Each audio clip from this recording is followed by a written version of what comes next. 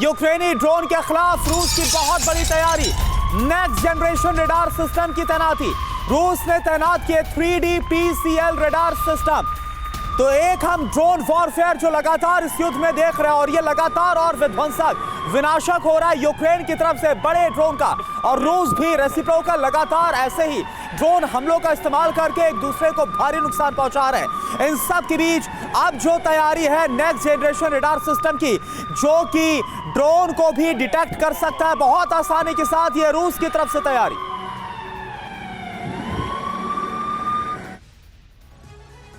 तो देखिए रूस के रडार को लेकर और क्या जानकारियां वो हम आपको बता रहे हैं। नेक्स्ट जनरेशन रडार सिस्टम की तैनाती कर रहा है रूस, और यूक्रेन के खिलाफ रूस ने ये रडार तैनात किए हैं। रूसी रडार सिस्टम का नाम 3D PCL है और जद में आएंगे कम ऊंचाई में उड़ने वाले ड्रोन।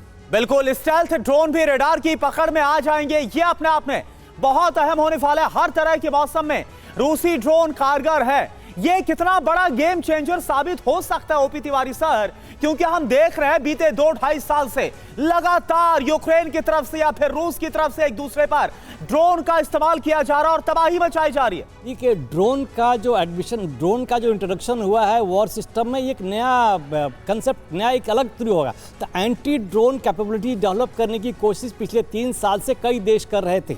ये एक बहुत महत्वपूर्ण कदम है रशिया का जो इस पर सक्सेसफुल हुआ है। बिकॉज ड्रोन एक दो नहीं आते, ग्रुप में आते हैं, खूब सारे आते हैं, एक न्यूसेंस क्रिएट करते हैं, डैमेज नहीं कर सकते। तो ये एक बहुत महत्वपूर्ण, एक बड़ा अच्छा काम किया रशिया ने, जो ये रडार एक्सेप्ट किया है। ये कम खर्चे में और कम छोटे इक्विपमेंट में ड्रोन को डिस्ट्रॉय किया जा सकता है।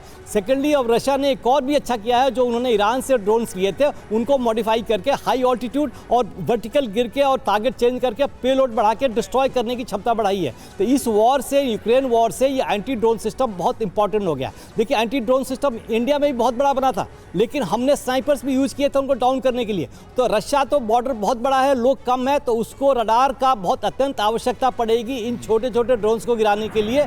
और ये पूरे डिप्लॉय कर देगा जहां बॉर्डर बहुत ज़्यादा है, जनसंख्या कम है, आर्मी एयरफोर्स कम है जो उनको देख सकती है। तो ये जिस तरीके से यूक्रेन जैसे फर्नीचर कंपनी में अपने ड्रोन बना रहा है, number of drones but payload उनका बहुत कम है, तो इनको टारगेट करना, डिस्ट्रॉय करना अत्यंत आवश्यक है। बिल्कुल, और जो सबसे बड़ा महत्वपूर्ण पड़ेगा रशिया की जनता का मनोबल कि हमारे पास नहीं आ सकते बॉर्डर बम को। और जो सर आखिरी हमले किए थे यूक्रेन ने रूस के अंदरूनी हिस्सों में, रूस के सैन्य ठिकानों पर, उसमें ड्रोन्स का भी इस्तेमाल किया गया। ये साफ बता रहा है कि रूस किस मद्देनजर इसकी तैयारी कर रहा है।